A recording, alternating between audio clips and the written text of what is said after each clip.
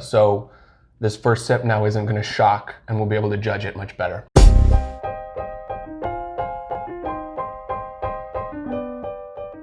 Hey everybody, I'm JP and this is Colin. We're the Agave Geeks. We're about to show you a process that we call warming the mouth, warming the palate, and getting it ready to taste some tequila. I'll let Colin explain why we're doing that, and he'll take us through the process.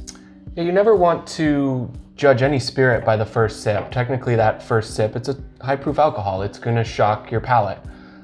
So really what we're going to do is we're going to prepare our mouths for the first sip of tequila. Now we're using tequila to do that, but we're going to take a little sip and we're just going to let it rest on the tip of our tongues, maybe 4 or 5 seconds, and then we'll swallow.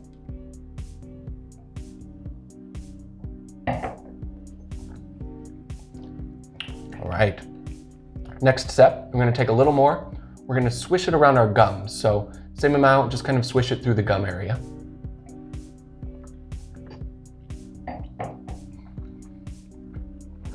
And swallow. And then the last one, and this one's going to sting just a little bit. Very sensitive part of your mouth. You're going to put it under your tongue. Let it sit for, again, 3 or 4 seconds and swallow.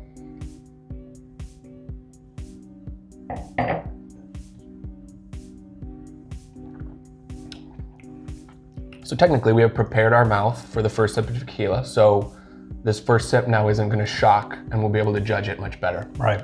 And if this is your first time doing something like this, it may not be fun for the first time, but the idea of it is to essentially warm up, heat up your mouth so that that first sip can be enjoyed in its fullest form.